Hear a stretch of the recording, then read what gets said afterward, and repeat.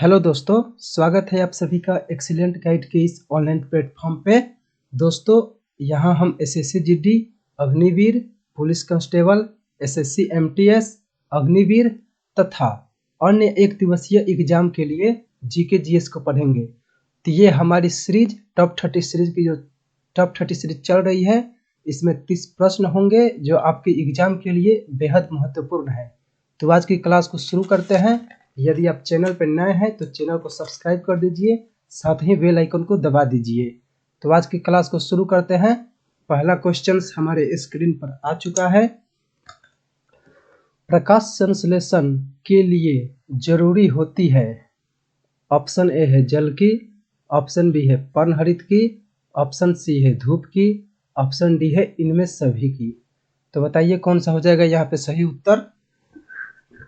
प्रकाश संश्लेषण के लिए जरूरी होता है, कौन सा होगा दोस्तों? तो यहाँ पे देखिए, यहाँ पे आपका जो राइट आंसर होगा वो ऑप्शन डी होगा।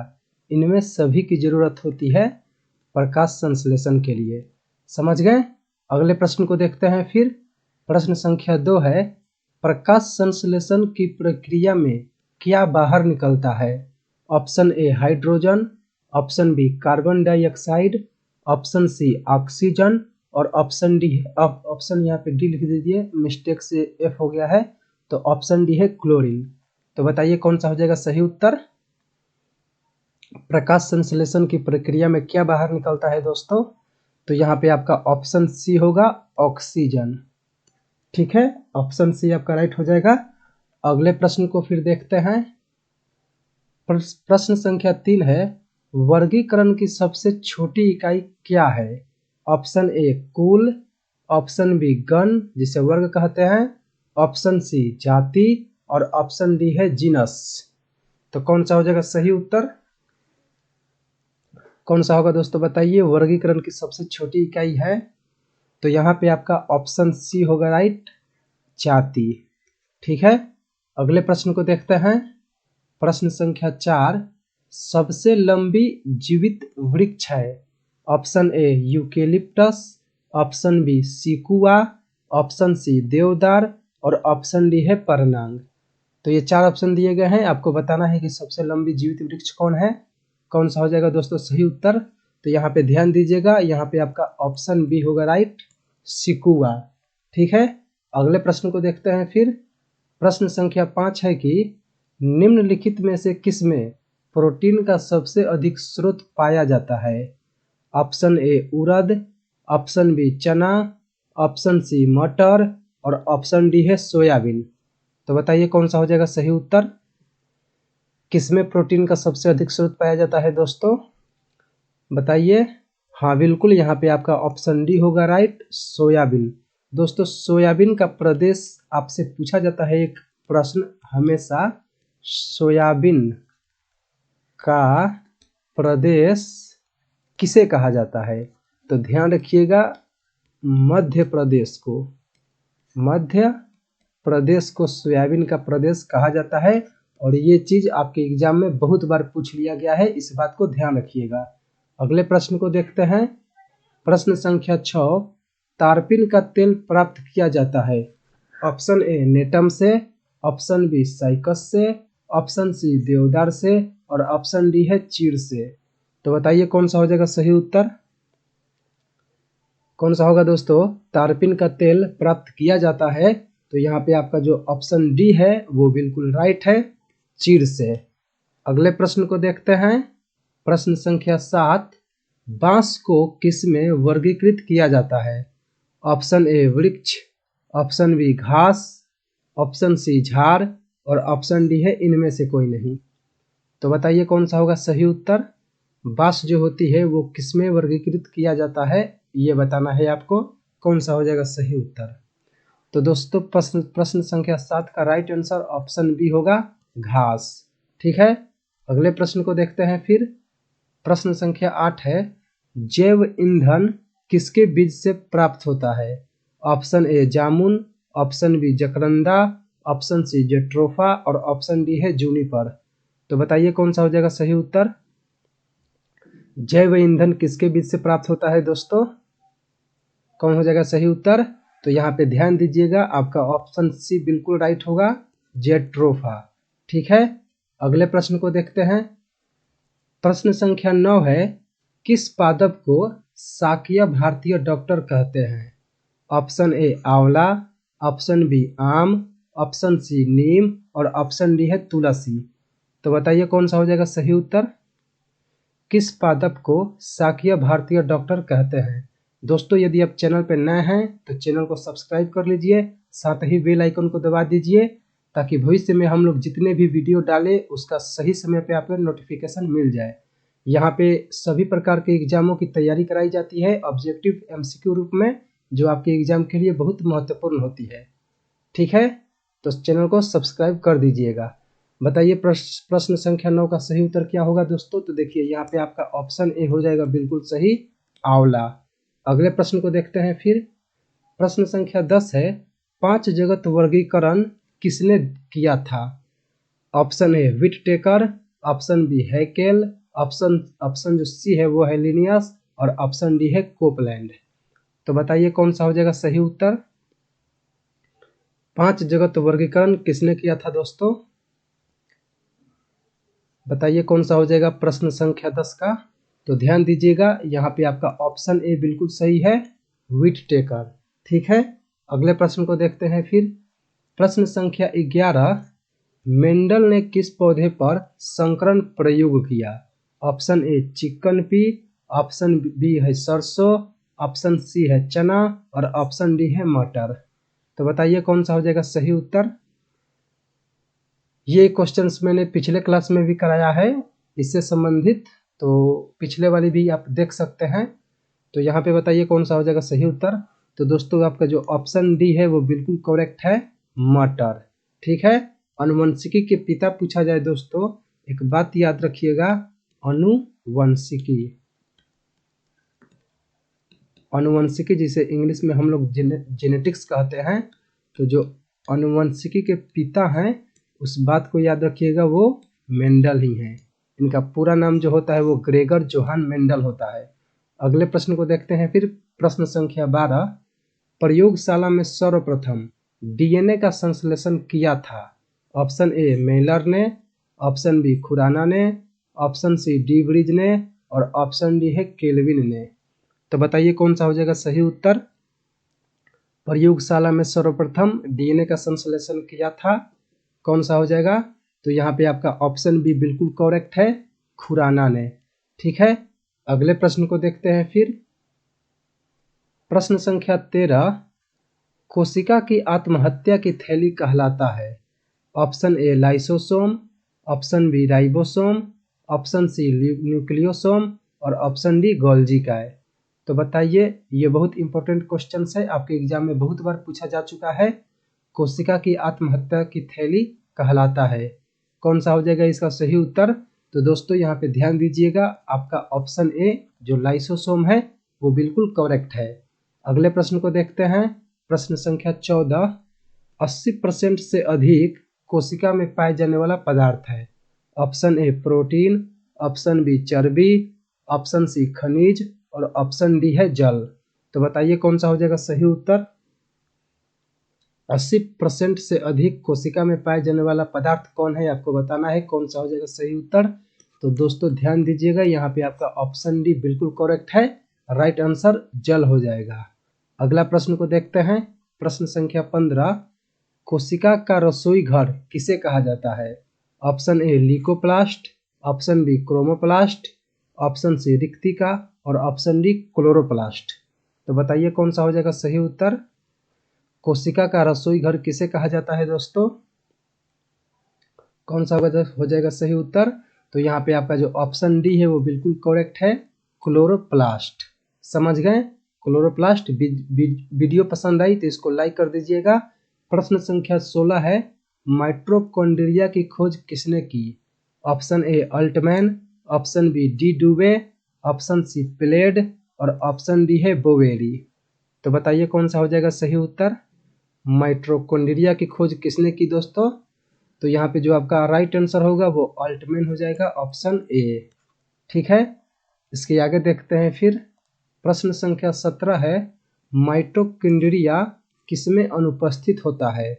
ऑप्शन ए यीस्ट में, ऑप्शन बी कवक में, ऑप्शन सी जीवाणु में और ऑप्शन डी हरे शैवाल में। तो ये 4 ऑप्शन दिए गए हैं और पूछा गया है कि माइटोकॉन्ड्रिया जो होता है वो किसमें अनुपस्थित होता है, यानी किसमें नहीं होता है। तो बताइए कौन सा हो जाएगा सही उत्तर।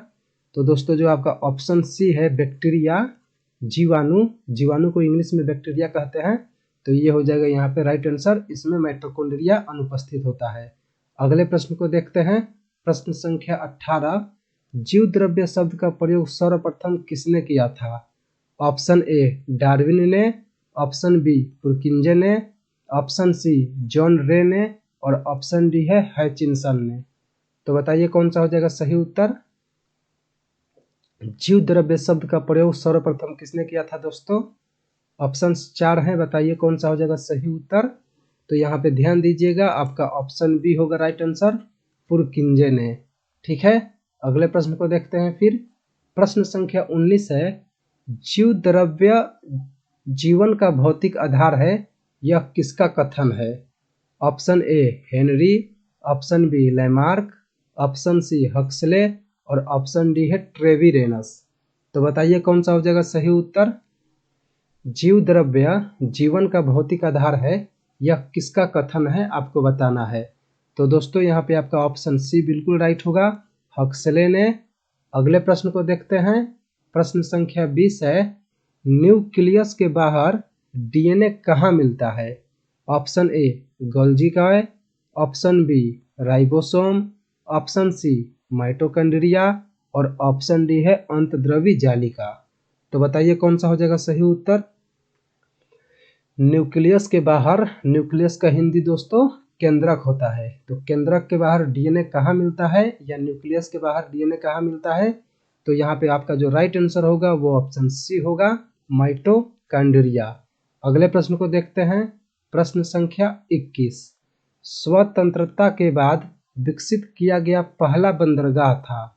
Option A new Mangalore, option B Mumbai, option C Nhava Sheva, option D Kandla. तो बताइए कौन सा हो जाएगा सही उत्तर। स्वतंत्रता के बाद विकसित किया गया पहला बंदरगाह था, कौन सा हो जाएगा सही उत्तर। तो देखिए यहाँ पे जो आपका राइट आंसर होगा वो कांडला बंदरगाह होगा। देखिए जब भारत और पाकिस्तान का विभाजन हुआ तो कराची बंदरगाह तो पाकिस्तान के अंदर चला गया। कौन बंदरगाह दोस्तों? कराची बंदरगाह पाकिस्तान के अंदर चला गया। कराची बंदरगाह पाकिस्तान के अंदर चला गया, तो अब भारत को भी बंदरगाह की जरूरत थी, तो गुजरात के तट पर दोस्तों इस प्रकार से भारत है, तो गुजरात के तट पर इधर में आपका कांडला बंदरगाह का निर्माण किया गया। कांडला बंदरगाह का निर्माण किया गया। यहाँ से नमक की व्यापार होती है और यह जो है मुक्त व्यापार क्षेत्र है। क्या यहाँ पे जितने भी आपके शिपयार्ड जो शिप आती है वो फ्री में आती है, मुक्त व्यापार, यहाँ पे कोई भी फी नहीं लगती है। तो ये भी आपके एग्जाम में पूछा जाता है, इसको ध्यान रखिएगा। अगले प्रश्न को देखते हैं फिर। प्रश्न संख्या 22 है, निम्नलिखित बंदरगाहों में से कौन एक मुक्त व्यापार क्षेत्र है? Option A Kochi, option B Tuticorin, option C Chennai और ऑप्शन डी कांडला। बताइए कौन सा हो जाएगा सही उत्तर। मैंने ऊपर ही बताया, यदि आप मेरे बात को ध्यान से सुने होंगे तो आपको बिल्कुल याद होगा। निम्नलिखित बंदरगाहों में से कौन एक मुक्त व्यापार क्षेत्र है आपको बताना है। कौन सा हो जाएगा दोस्तों? जी बिल्कुल हाँ, आपका ऑप्शन डी होगा, कांडला। कांडला बंदरगाह जो है वो गुजरात में है। ठीक है, अगले प्रश्न को देखते हैं फिर। प्रश्न संख्या 23, भारत में कितने प्रमुख बंदरगाह हैं? मुख्य बंदरगाह जो वो कितने हैं? Option A 6, option B 9, option C 11, option D 13। तो बताइए कौन सा हो जाएगा सही उत्तर। भारत में कितने मुख्य बंदरगाह हैं दोस्तों? तो यहाँ पे ध्यान दीजिएगा, आपका ऑप्शन डी होगा करेक्ट, 13। भारत में 13 मुख्य बंदरगाह हैं। अगले प्रश्न को देखते हैं फिर। प्रश्न संख्या 24 है, मार्मुगांव बंदरगाह किस राज्य में स्थित है? Option A Andhra Pradesh, option B Maharashtra, option C Goa और ऑप्शन डी है तमिलनाडु। तो बताइए कौन सा हो जाएगा सही उत्तर। मर्मुगांव बंदरगाह किस राज्य में स्थित है? तो दोस्तों यहाँ पे आपका राइट आंसर ऑप्शन सी होगा, गोवा। महाराष्ट्र में जो बंदरगाह है मुंबई बंदरगाह, यह भारत का सबसे बड़ा और साथ ही में सबसे व्यस्तम बंदरगाह है। बड़ा बंदरगाह पूछा जाए या फिर व्यस्ततम बंदरगाह पूछा जाए, दोनों में आपको मुंबई बंदरगाह करनी है। और मुंबई बंदरगाह की जो व्यस्तता है, इसी को कम करने के लिए नहावा सोवा जो बंदरगाह है उसका निर्माण किया गया, जिसे हम लोग जवाहरलाल नेहरू बंदरगाह भी कहते हैं। नहावा सोवा बंदरगाह को जवाहरलाल नेहरू बंदरगाह भी कहा जाता है, इसको ध्यान रखिएगा, जो महाराष्ट्र में है। अगले प्रश्न को देखते हैं। फिर प्रश्न संख्या 25 है, पारादीप बंदरगाह किस राज्य में स्थित है? Option A Odisha, option B Tamil Nadu, option C Andhra Pradesh और ऑप्शन डी कर्नाटक। तो बताइए कौन सा हो जाएगा सही उत्तर। पारादीप बंदरगाह किस राज्य में स्थित है? बताइए दोस्तों। पारादीप बंदरगाह को लौह बंदरगाह भी कहा जाता है। तो देखिए जो पारादीप बंदरगाह है वह ओडिशा राज्य में स्थित है। कहाँ पे स्थित है? ओडिशा में। और यह जो पारादीप बंदरगाह है, यहाँ से जापान को, किस देश को?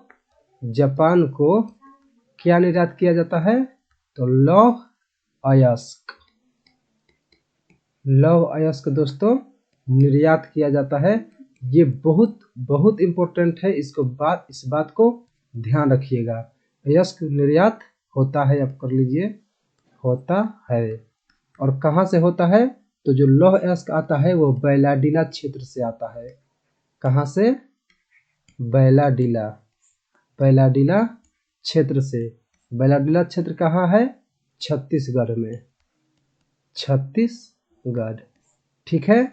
इन सभी बातों को ध्यान रखिएगा। अगले प्रश्न को देखते हैं। प्रश्न संख्या 26 है, भारत के पूर्वी तट में सर्वश्रेष्ठ प्राकृतिक बंदरगाह है। ऑप्शन ए कोलकाता में, ऑप्शन बी चेन्नई में, ऑप्शन सी तुतीकोरन में और ऑप्शन डी विशाखापट्टनम में। तो बताइए कौन सा हो जाएगा सही उत्तर।